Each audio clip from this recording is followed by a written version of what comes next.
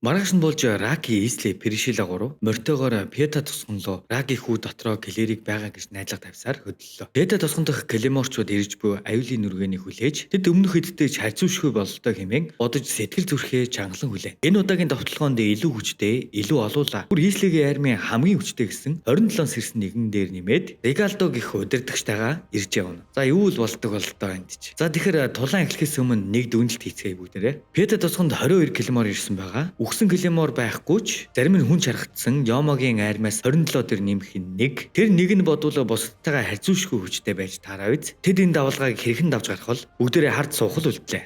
Клеморчууд дайралтаа бэлтгэн хүлээж байтал байшинд нуугдаж байсан. Хэсэг бүлэг Клеморуудын нэгийг нь газар доороос гарч ирсэн. Йомо шууд ихний устгалыг хийлээ. Үндийнэ түүний Йомо авраг нь мэдэрч түр анхаарал сарнсан төдийд тэдний багийн нэг гишүүн мөн адил устгагдлаа. Энэ удаагийн довтлогон бол шал өөр төвшнийх гэдэг нь мэдчилгээнээс л шууд харагдаж байна. Дандаа бас алуулаад байна гэж байх уу? Дэнэм үндийнэ хоёр нийлж ягаад нэг Йомог устгаж байгаа л харагдана. Ингээд ер нь бол туршлагагүй Клеморууд нь цэвэрлэгдэж байгаа болтой. Манайхан багаараа багийн тоглолт харуулж эхэллээ. Өндөнөө торгож байх оронд нь бусдын довтлох. Жинэгийн багийн бусд нь анхаарлыг нь татаж байхад жинэ довтлох мэтчлэн тулааны үйл явдлууд цугас харагдаад л яг дүйл тулаанууд бол эхлэегүй байлаа. Нөгөө талд Исле болон Раки тэрхэд Пета тусган руу ойртсорлоо. Клер Флорогийн багч мөн адил өгөөж тактик ашиглаж нэг нөхрийг буулгаад авлаа. Холоос ажиглаж байсан Регалдо энэ тулаанч үнэхээр сонирхолтой болж эхэлж байна шүү. Хүчний зүрх ийм их байхад яагаад шууд дуусахгүй байна? За тэгэхээр тэд хүчтэй тав дээр хуваагдаж баг бүрдүүлсэн юм биз дээ. Тэсний хавцлаас үсэрчдэг. Тэр тулаанд өөрийн биеэр оролцох гэж байгаа нь дамжиггүй боллоо. Дүрс солигдож Исле тэр хэд рүү шилжин. Дагаж явсан Перишила байхгүй болчихсон байгааг анзаарсан Раки Ислед хэлж түүнийг хайхаар явна. За гэхдээ энэ нэг хэрэгтэй хэсэг биш. Бид хэд Перишилаг сэрсэн гэдгийг нь хэдийн мэдэж байгаа учраас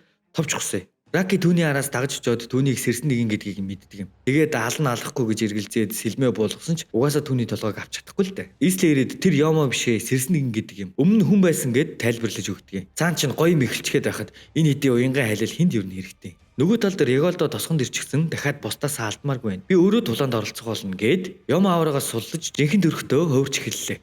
Тэр шал өөр төвшнийх юм. Мире түүнийг хөвөрч бүг хараад таньдаг. Тэр бол мөнгөн нүдэд араадны хаан Регалдо байна. Тэр яагаад энд байдаг вүлээ гэж гайхаж байх оронд нь эхнийх нь гээд Вероникаг хоёр хуваачглаа. Дараагийнх нь байвал Үндинэ байлаа. Түүний дайралтыг хамгаалж чадсан боловч элдийг нь атгаж байгаад хоёр гарыг нь тас татаад түүний биеийг нь мөн адил хоёр хуваалаа. Тэгэхээр тэр ахалж байгаа хүчтэй гэж бодсон хүмүүсээ төрөөс дуусгаж байгаа бол. Үүнийг анзаарсан Жине Флорог хамгаалгээд өөрөө тулдаж эхэлнэ. Дэнив саяхан нэг найстай болсон учраас түүний үхэл түүнд хэцүү байгаа болтой. Регалдог төр ухрах хооронд Жине өөрийнх нь техникийг бэлэн болгож түүн рүү дайртал урдаар илүүрхэж довтлохоноос нь бултаж Жини цээжинд баруун гараа нэвт бүлчихлээ. Клер маш их урлаж Йомо аврагаас суллан шунган орсон ч ганцхан мангастаж унгаагаад дайралтаа үргэлжлүүлэн Флоро руу шилжиж очоод туханд нь хумсаа шигтгэн тэг голоор нь хуваалаа. Одоо ер нь багийн ахлагчтаач гэлтгүү ерөөхдөө Хелен, Дэнев, Мирия, Клер дөрвөл үлдлээ. Регалдо үргэлжлүүлэн Мирия руу дайртал Клер дайралтыг нь зогсоож Хелен Дэнев түүнийг хамгаална. Урд шугамд Клер гарч ямар ч байсан түүнийг дийлэх бол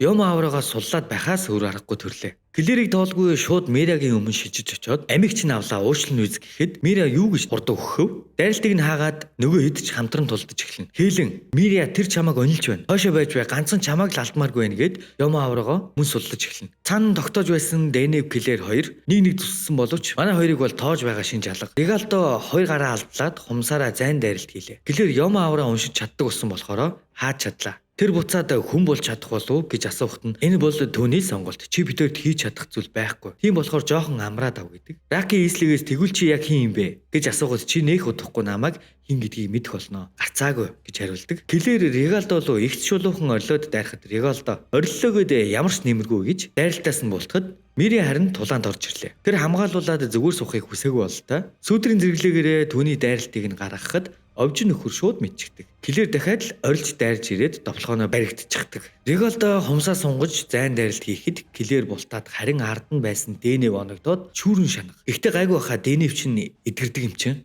Регалдо Мириатай үзэж байхад Хелен Клер хоёрыг Регалдо ойртуулахгүй байдаг. Клер Мириаг хязгаартаа хүрж байгаа. Бас тэрмүү новш түүний арга барилд дасах нь байна. Болохгүй нь би удаан байна. Яагаад миний би ийм удаан байгаа юм бэ? Ихэд дүрс буцаад Исле тэр хэд рүү шилждэг. Бид энэ уулыг өнгөрчихвөл тэнд очлоо. Одоо удахгүй гэж хэлдэг. Раки нэг л цөнхөр царайтай харагдана. Аргачгүй дээ өөрийгөө одоо барьцааны хүн гэж бодож байгаа л да. Мириа хязгаартаа хүрчээ. Шар хавч мөн түүний хурд нь маш их удааширч Регалдо түүний ард нь гараад ирлээ. Араас дайрах сарвууг нь яаж игээд аргалж чадсан ч зэрэглээнд хүрсэн цохилт нь харин түүнд хүрчээ. Мира экзэгтэй үед хүн шарх авчихлаа. Хелен Клэр хоёр туслахаар дайрсан боловч үнэхээр түүнд юу ч болохгүй байлаа. Ийслэ тэр хэдийн замд Пета тосгоноос дөрвж яваа хүмүүс зүрх бөгөөд та хэд хурдан цохтой Клеморчууд бидний төлөө тэмцэж байгаа ч гэсэн тэдэнд ямар ч боломж байхгүйгээд зөрөөд явчихдаг. Харин Раки тэр хоёроос салаад аль болох хурднаар очихоор морины ирчээр давхилаа. Клэр тэр хэд үргэлжлүүлэн тулцаар байх ба үнэхээр дэвшил гарахгүй байлаа. Миря түүний ард нь шилжиж гараад завчих гэсэн боловч Реголдо анхаарлаа сулруулаагүй байжээ. Умсаа сунгаж энэ удаад жинхнээсээ түүнийг маш хүнд гэмтээлээ. Хелен Клэр хоёр түүнд санаа зовон хөдсөн боловч Реголдод хүрхэн битгийл ойртож чадахгүй байдаг. Реголдо чинийл толгойг авчихвал бүх зүйл дуусах болно гэд толгойг нь авахаар гараа далааж байх хооронд Клэр яагаад би юм удаан юм бэ? Дахиад жаахан л хурдан байсан бол бусдыгаа аварч чадах байлаа гэж дотроо боддог. Гэтэл гинэт сэлэм гяс хийхэд Миря газар тунлаа. Тэгсэн Реголдогийн далааж байсан гар нь тасарчихсан байдаг. Эцэст нь нэг юм тулаан дэвшил гарлаа. Гэхдээ бас хэцүү. Клэр маань энэ хүчийг олж авах төлөөс нь бас ихэлтэй. Цаа чин хөлөө дангаар нь сэрэж хурдан болж чадсан байд. Реголдо итгэмээргүй юм.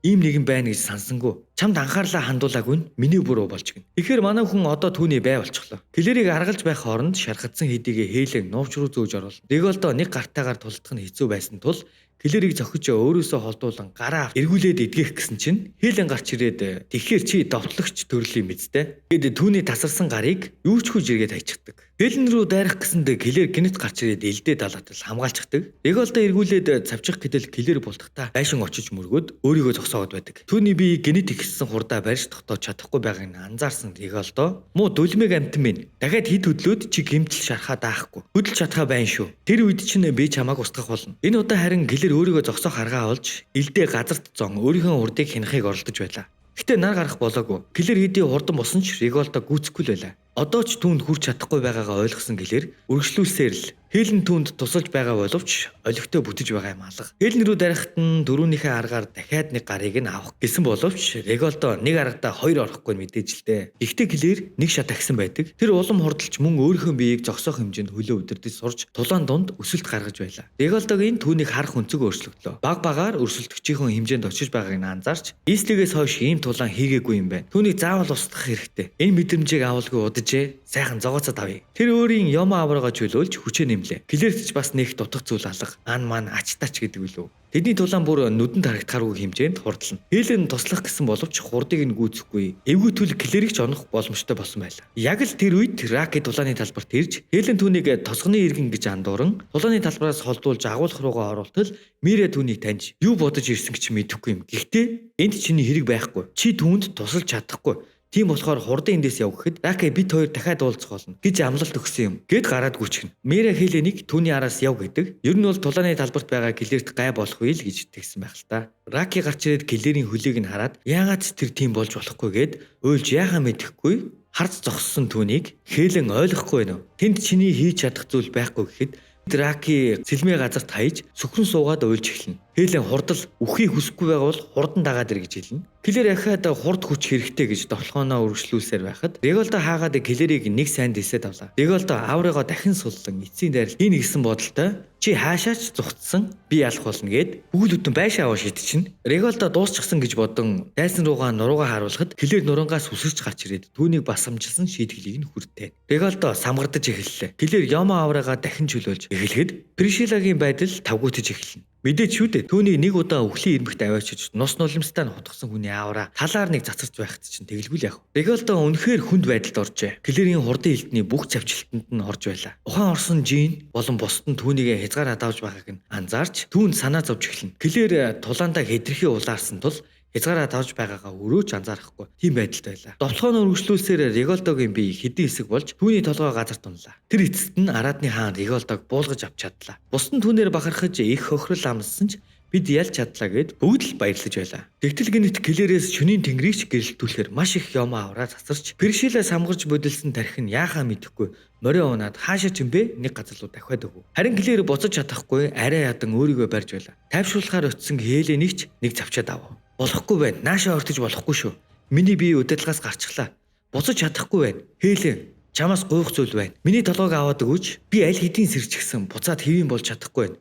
Алив хурдл гэж хэлдэг. Хелен, битгий тэнэгт. Би чамааг бүрэн сэрсэн гэдэг чинь санал нэгдэж чадахгүй гэж бодож байх оронд нь Клэр нэмээд л хоороод байлаа. Дүр солигдож Пришила хядлаг болсон тосгонд ирчихсэн. Цогцнуудыг харж байхдаа өөрийнхөө хэн болох ямар зүйлийг туулж энд зогсож байгаагаа санан тийм ээ. Тэр новш.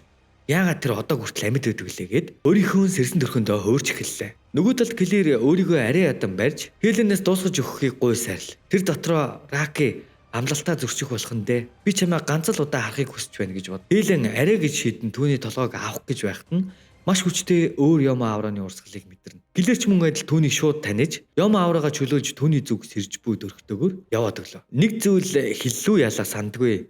Пришила гэж нөхөр өөрийгөө сэрсэн гэж бодоогүй байгаа. Харин ахыг нь гэр бүлийг нь алсан Йомаг Тереса буюу Клэрийг гэж бодоод байгаа хгүй юу. Нэг өөр газарт Галатиа алхаж байх бөгөөд Клэрийн Йома аврааг мэдэрсэн бололтой явж байсан газрынхаа эсрэг зүргүүр явах гэтэл даалгавар олгогч бидний энэ ажилд хүн хүч дутагдж байна.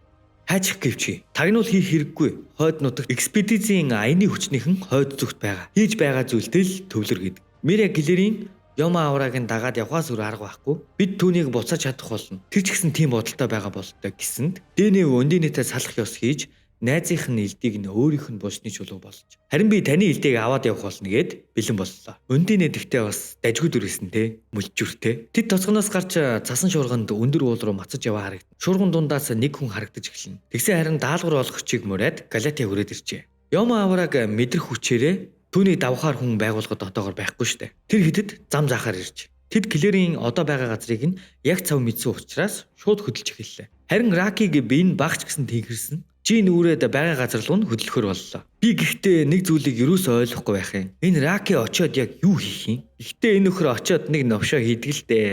Тэр зүйл нь бидний хиндэн ч таалагдахгүй. Клэр болон Пришилагийн тулаан инхүү Ислэг эрцээ бүтгүүлснээр эхлэхэд бэлэн боллоо. Пришила миний аав, ээж, ах гэд бусдад хийсэн зүйлийн чинь төлөө чамааг устгаж тус болж өгье гэд Дими бала бодолтой итгэж гисэн ярьж эхэлнэ. Нөгөө өөрийн бодол өөртөө зөв гэдэг нь одоо энэ үү. Клэр төрүүлж хөдөлж түүний ард нь гарч ирээд сэлмээ далаатал Пришила ганцхан хөдөлгөөнөөр түүний газартаа нь савлаа. Клэр дахиад Йома авраагаас суллан хөдөлж эхэллээ. Түүний чөлөөлж байгаа Йома авраа нь уул руу хөдөлж байгаа нөгөө эдд ч илхэн мэдэгдэхэр хэмжээнд байлаа. Мэрэгийн бүлэг уул руу дөхөхдөө Клэрийн талаар буу хална. Мэрия Хелен Дэнэ хоёроос ягаад Клэрийг 47 буюу сүүлийн дугаарыг өгсөн юм бол гэж бодож байсан нь. Хелен тийм ээ тэнцвэргүй дугаарлаж ийл гэж бодсон. Мира тэгж дугаарсны шалтгаан бол Клэр бидэнтэй адилхан хагас хүн хагас Йома биш. Түүнд Йомогийн бие цусыг нь суулгаж өгөөгүй. Гэхдээ тэр гарцаагүй тулаанч. Тэр тулаанчийн нэр бол гэд нэрийг нь хэлдэггүй л дээ. Гэхдээ Тереса гэдэг нь бол ойлгомжтой. Клэр ямар ч хамаагүй аргаар Тересатай холбогдохыг хүссэн байх. Мэдээж энэ үйл явдлыг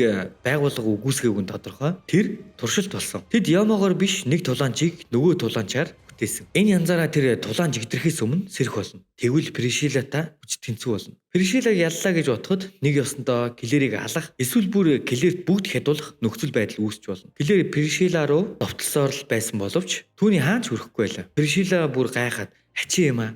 Чи ийм сул дорой байсан билүү? Үнэхээр таагүй хэрэг байна шүү. Треса, Сан" гэж идэг. За энийг төөрөлцсөн амтны яриаг сонсож стрессдэж яах. Клэр түүний нэрийг нь сонсоод босож ирээд хурдан элдний аргаа ашиглан элдийг нь хавьж чадсан боловч далавчаа ургуулж өөрт нь хүрэхээс өмнө бүлээд авдаг. Клэр зөөгцсөн хэсгийг нь таслаж дээш үсрээд эгч дээрээс нь дарихад Пришила ганц цэврээ ургуулan түүнийг гэдэсрүүн зоож цусыг нь амталж газар чидэд "За тэгэхээр бүх зүйлийг энд дуусгацгаая" гэд далавчаа ургуулж бүслээд ургуу сунгаж жичээд "Би чамд хэлчихье. Чамааг ямар ч үед маш амархан алж чадна шүү. Баяртай Тереса сан" гэд түүнийг яг дуусгах гэж байхад Хелен дундуур нь орж ирээд хуруунуудыг нь таслаж түүнийг аварлаа. Пришила өвдөж байна уу гэснээр зогсож байсан хадыг нь нурааж халуун лав руу унгаах гэж байхад нь энэ удаа Мирия түүнийг авраад Пришилатай нүр тулахаар урдан зогсоход Пришила бүгдэд нь өдрийн мэнд би бол байгууллагын дугаар 2 Пришила байна. Харж байгаагүй хүмүүс байх чинь та нар шинээр элсэгчдүү гэж асуудаг. Мирия тэр бүдэлчихсэн байна. Та хоёр талаас нь бүсэл би урдаас нь толгойг нь авахулна гэж дайралтаа эхэллээ. Хелен Дэнэ хоёр талаас нь ирэхэд Пришила хамгаалж урдаас нь дайрсан Мирия руу эврээ сунган дайрахад зэрэглээ ашиглан ард нь гараад нэг далавцыг нь цавчлаа. Бас ололттой шүү. Клэрийг бодвол Хелен муу Йома ч нэгэд хэлчихсэн чинь "Би Йома биш шүү. Бүгдийг чинь аландаа" гэд аврагаас суллахад долгионд нь мань гурав арай ядан дэсэж тогтож үлддэг. Долгионы дараа харсан зүйлдээ тэр гурав нүдэндээ ч идэх хэрэг зүйл боллоо. Үнэн дээр Пришилагийн төрх нь бүрэн сэрсэн төрх нь биш байжээ. Тэр дахиад хөвсчихэж. Тэр гаднаасаа бол илүү том, илүү урт ивэртэй, илүү урт үстэй болж. Хелен Дэнэв хоёр талаас нь дайрахад бас илүү хурдтай болж бултаа дээр нь гарч ирээд далавчаад илгэн өргөсөөр галлаа. Хэсэг хааз зогсож байгаад байршлаа солилоо. Тэгсэн ч үйлчилсэнгүй. Тэд гэмтэл авч эхэллээ. Мирия чанга дээрээс нь далгаж байгаад хажууд нь сүүдрийнхэн зэрэглээгээр гарч ирэх гэсэн боловч гарч ирэх газрыг нь харахчгүйгээр түүнийг барьж аваад умсаг эзэнт нь шигтгэж базлаа. Үүнийг харсан Дэнэв сэлмээ барьж байгаад үзүүрээр нь Пришила руу шидсэн боловч хурууныхаа залаагаар барьж аваад Хелений гой руу зоочихв. Дэнэв түүнийг зоосон сэлмийг нь суулгах гэтэл хоёр гарыг нь бугуугаар нь тасалчихлаа. Мирия дэмийл хашгирсаар байлаа. Хелен гоёндоо зоогдсон сэлмийг арай ядан суглаад эрэг тоглохоноос нь мултарч чадлаа. Гэхдээ буцах дайралтаар нь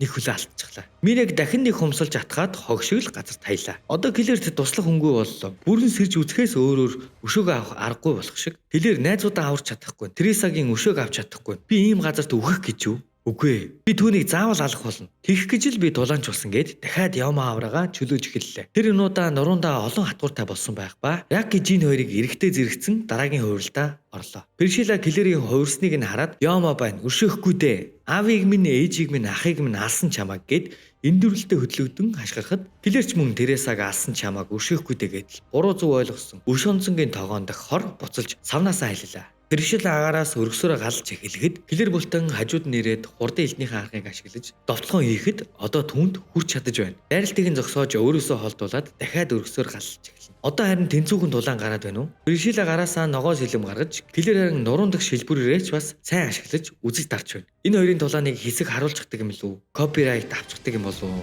Хоёр авцсан болохоор айгаадах юм.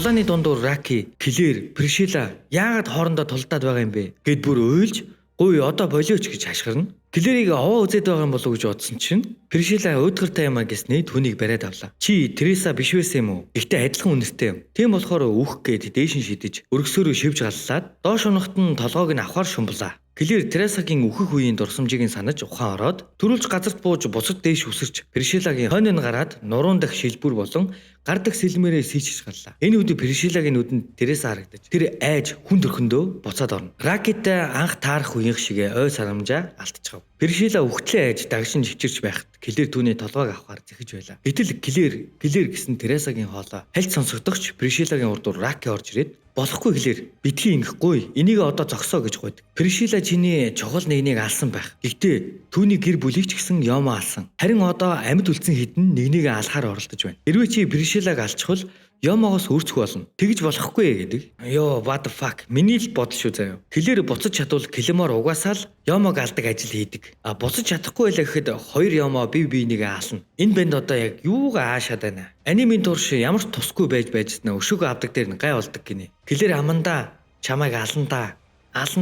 Тереса гэдэл байдаг. Өөр хянт. Тэр хоёр удаа хэсэгчил сэрэхтэй ухаанаа алдахгүй байгаагийн шалтгаан нь Тереса гэсэн хайр түүний өшөөг авах гэсэн сэтгэл ийм хүчтэй байгаа болохоор өдийг хүртэл хувирчгаад бие өдөрдөж чадаад байгаа. Раки түүнийг тэрч аваад болохгүй гэлээр битгий би чамайг хамгаалах болохоор эцсийн хүртэл хүн шиг амьдраач гэж хэлэхэд нь Клэр дотроо дурсамжуудаа сансан ч нуруунд дах хатгуурууд нь эсрэг байгаа бололтой. Дайрахад бэлэн болдог. Жин Ракиг татаж аваад өөрөө өртчихлөө. Клэр яаж байгаа юм Жин гэхэд тэр үеийнхээс эсрэгээрээ байх шүү. Клэр чи намайг сэрчгсэн байхад буцаагаад хүн болгосон. Тэр бүгдийг чамд буцааж өгөхөр ирлээ. Буцаач гэлээр чи юм чин чадна гэж өөрийнх нь үгийг өөрт нь буцааж хэлдэг. Өөрийнхөө Яма авраг минийхтэй тааруул. Тэгэх юм бол би чиний Яма авраг чинь буцаах болно. Жин тэрийг ивэл чиний би дийлэхгүй. Одоо хожимдоогүй байна. Хурдан надаас холд. Үгүй гэлээр би аль хэдийн үхлийн шарх авсан. Миний үхлийг битгий димээ үрээч. Чиний аварсан энэ амийг чамд зориулахыг минь зөвшөөрөөч. Алив гэлээр өөрийнхөө авраг надтай тааруул. Жин болооч. Чи надад ямар ч өргөө. Чиний ам бол чиний өөрийнх чинь. Хөл битгий гэж эсэргүүцээр чи өгөх юм бол надад амьдрах шалтгаан байхгүй гэдэг. Харин хариуд нь Жин чи олох болноо. Ард үлдэж байгаа хүмүүст чи хэрэгтэй. Тэд л цаашид чиний амьдрах хүсэл. Тэд чамд итгэж бас хүлээж байгаа. Би ч бас тэдгэр хүмүүсийн нэг нь амьдр гэлээр. Чамтай уулзсандаа баяртай байна. Гэлээргээд инэмсэглэл дүүрэн амьсгал хурааж гэлээр харин буцаад хэвийн болж чадлаа. Жин чи яагаад үүнийг хийж байгаа юм гээд гонигтайгаар тэрэн уйл. Энэ эм орлын байдлыг гинэт хэвдэж мөнгөн хаан Ийслээ гарч ирээд Пришилаг шүүрч аваад түүнийг ингээд орхих бодол алга. Тэр их докторгүй хүүхэд байгаа юм л да. Та бүхнээс энд усан зүйлийг нууцлахыг хүсье. Үгүй бол гээд ааврагаа чөлөөлөн сүрдүүлж Раки бит хоёр дахин учрах болно. Ил дээр тулалдах аргаа сайн суралцаарай гээд яваад өгнө. Даалгавар олгогч холоос Галатиагаар тэнд юу болж байгааг тагнуулж байсан бололтой. Галатиа гэхдээ гоё хариулт өгдөг. Тэр хэлэхдээ Пришила болон хойд зүгийн Ийслэ нар ил гарч ирсэн. Чамд өөр тайлбар хэрэггүй өстэй. Галатиагийн ингэж хэлдэг нь тэд угаасаа тэр хоёр мангасыг дийлэхгүй штэ устгагдсан гэж хэлж байгаа юм шиг л сонсогддог. Тэгсэн даалгавар олгогч тэр өгсөн үү гэж асуудаг. Мэдээж Гэлэрийг л хэлж байгаа л да. Галатиа би өөр аавраа мэдрээгүй. Би энийг л хэлж чадна гэдэг. Тэгэхээр байгууллага манай амьд үлдсэн хэд рүү нөгөө Рафаэлаг явуулчихгүй л бол чөлөөтэй болж байгаа юм шүү. Гэхдээ Галатиагийн өгсөн мэдээлэлд энэ нөхдүүд итгэхгүй л дээ. Гэлэр Жинийг оршуулад залбирцсан. Харин ард нь Раки муу банд байж лээд. Дүр шилжиж Мэриа Дэнэв хээлэн гурав гэлэрээс зам салсан байх бөгөөд тэр эдэж цаашдаа яахаа ярилцсан. Дэнэв би өөрийнхөө ирээдүг өөрөө шийднэ. Байгууллагаас гарлаа. Өөрийн замаар явж хүчтэй болно. Гэсэнд Мэриа би ч гэсэн адилхан байгууллагыг судлах мэдээлэл болсон. Мөн өөрийн замыг хөөнгээд хээлэн рүү харахад ийм зүйл болсны дараа тэнд буцаж очино гэж байхгүй шүү гэсэнд Дэнэв тэгвэл надтай хамт яваач гэж урддаг. Хээлэн хариуд нь Дэнэв чи ч өөрийнхөө замаар би ч өөрийнхөө замаар явна гэд тэд ч мөн адил эндээс зам салахар болж хизээ нэг өдөр гихгүй дараа таарвал эсэн мэд байгаасаа гэж өрөөгээд андлаа баталгаажуулна. Гэлэр босож ирээд Раки уучлаарай. Цаашид дагуулж явж чадахгүй. Чи аюулгүй газар байх хэрэгтэй гэсэнд Раки толгоос гисэрнэ. Би байгууллага руу буцах бодол алга. Миний одоогийн аян зам хуушнаасаа илүү хүнд хэцүү байх болно. Тийм ч гэсэн хамт явмаар байна уу гэж асуугаад Гэлэр би үргэлж чамтай цуг хамтдаа байх болно гэд муу нусаа эдмэр чин тэврээд авлаа. Галатиа ямар ч байсан хойд нутагт явж байгаа харагдана. Яах зоригтойг нь бол мэдэх юм алга. Гэхдээ манай Гэлэрт бол сайн штэ. Гайг бах. За ингээд Клемор аним маань дууслаа. Манга нь 27 волюм, 155 чаптертай юм байна лээ. Энэ 26 анги дээр зөвхөн 10 волюм, ойролцоогоор 50 чаптер үйл явдал гарч байгаа юм байна. Тэгэхээр энэ 26 анги бол зүгээр л эхлэл шүү манайхаа. Нэр аним дээр бол season 2 гэж бол байхгүй. За гэхдээ хэдүүлээ нэг жоохон таамаг гаргацгаая. Минийхаар хамгийн сонирхол татаж байгаа хүмүүс бол урдан элд Елена. Яг өгсөн үү? Мөн Флоро Еленаг одоогийн дугаар 2-оос ч хүчтэй гэсэн. Тим хүн Рафаэлаг яахлаараа ийм хүчтэй хүн дугаар 5 байдаг юм гэсэн. Тэгэхээр байгууллага яагаад түүнийг дугаар 5 гэж дугаарлсан бэ? Бас одоо байгаа байгууллагын дугаар 1 гарсангүй. Дахиад нэг мэддэггүй газрын гавийн адгуус гарсангүй. Газрын гавийн адгуусууд яах гэж арим цуглуулж байгаа бэ? Хоорондоо дайдах гэдэг нь үү? Байгууллага руу дайрах гэдэг нь. За тэгээд сүүлд нь дахиад нэг зүйл. Ийслэ Ракиг их сонирхоод байх шиг байна л шүү дээ. Тэгэхээр энэ зүгээр таамаг шүү. Тэр Ракиг арай өөртөө адилхан сэрсэн нэг юм болгочих юм шүү. Эсвэл ямар нэгэн байдлаар Ямагийн хүч өгөх юм шүү. Тэгэхгүй бол энэ чинь Раки ямар нэгэн байдлаар хүчтэй болж дэвшихгүй бол Гэлэрт ингэж байнга чирэгдэж амьдрна гэж одоо байхгүй шүү. За тэр ч яг уу манайхаа өөрсдийнхөө тамгийг доор үлдээгээрэй. Дараагийнхаа анимаар уулзъя. Энэ бичлэг нэрээ 10,000 лайк хүрвэл мангаг нь орчуулж хүргье гэж бодсон байгаа шүү. Баяртай.